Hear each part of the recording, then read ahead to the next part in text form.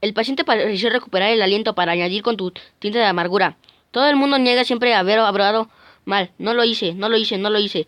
Hasta que los hechos y las circunstancias son tan evidentes que ya no pueden mentir más. Presidentes, funcionarios, empresarios, médicos, hasta monitores de Boy Scouts y entrenadores de ligas infantiles, por el amor de Dios. Cuando por fin se ven obligados a decir la verdad, esperan que todo el mundo entienda que vieron obligados a mentir, como si fuese correcto seguir mintiendo hasta que están tan atrapados que ya no pueden hacerlo más. El paciente se detuvo otra vez y después colgó. El mensaje parecía cortado, como si faltara la pregunta que quién quería que Ricky contestara.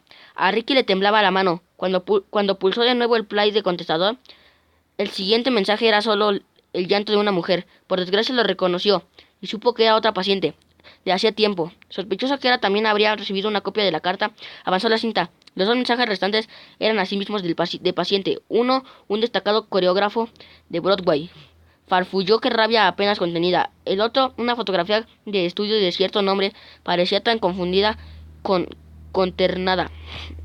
Lo invadió la desesperación. Quizá por primera vez en su carrera profesional no sabía qué decir a sus pacientes. Imaginó que los que todavía no habían llamado no habrían abierto aún el correo. Uno de los elementos fundamentales del psicoanálisis es la curiosa relación entre pacientes y terapeutas, en el que el paciente revela cada detalle íntimo de su vida a una persona que no corresponde al mismo modo de que muy rara vez reacciona a la información, incluso de los demás provocadora. En el juego infantil de la verdad se establece la confianza a través del riesgo compartido. Tú me cuentas, yo te cuento. Tú me cuentas lo tuyo, yo te cuento lo mío. El psicoanálisis desnivela esta relación y la convierte en total unilateral. Ricky sabía que la fascinación de los pacientes por quien era él, por lo que pensaba y sentía y por qué reaccionaba, era dinámica, importante y formaban parte del gran proceso de transferencia que tenía un lugar en su consulta, en el que sentado en silencio detrás de sus pacientes tumbados en el diván, se convertía simbólicamente en muchas cosas, pero sobre todo pasaba a simbolizar algo distinto y perturbador para cada uno de ellos. Y así, al adoptar esos diferentes papeles para cada paciente, podrían guiarlos a través de sus problemas. Su silencio pasaba a representar psicológicamente la madre de un paciente, el padre de otro, el jefe de un tercero. Su silencio pasaba a representar en ciertos sentidos. En su opinión, el analista era un camaleón, que cambiaba el calor ante la superficie de cualquier objeto que toca. No devolvió ninguna de las llamadas de sus pacientes. Por la noche todos habían telefoneado. Pensó que alrededor del Times tenía razón.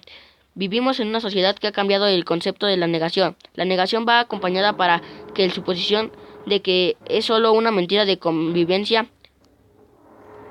para ser adoptada en algún momento posterior, cuando se ha negociado en verdad aceptable.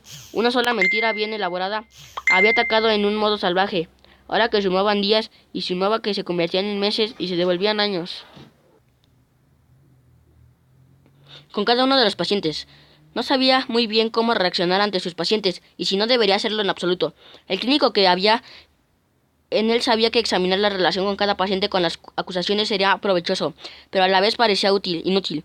Para cenar se preparó una sopa de pollo enlatada. Mientras se tomaba, se preguntó si algunos de los cacareados poderes medicinales y reconstruyentes de aquel bravaje le fluirían hasta el corazón. Todavía no tenía ningún plan de actuación, ningún mapa que pudiera seguir, un diagnóstico siguiendo de un tratamiento.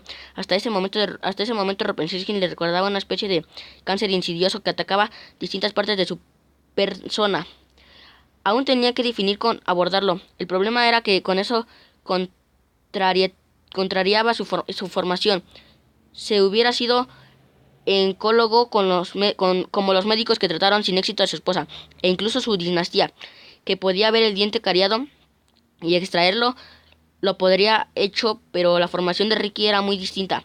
Un analista, aunque reconoce algunas características y síndromes definibles, deja la última instancia que el paciente invite el tratamiento en el simple contexto del proceso. Ricky se veía limitado en su forma de abordar la cuestión de Rupensinski y sus amenazas por la misma cualidad de que lo había mantenido en tan buen lugar durante tantos años. La pasividad que constituía el sello de su profesión era de repente peligrosa. A la última hora de la noche le preocupó por primera vez que Rupensinski pudiera matarlo.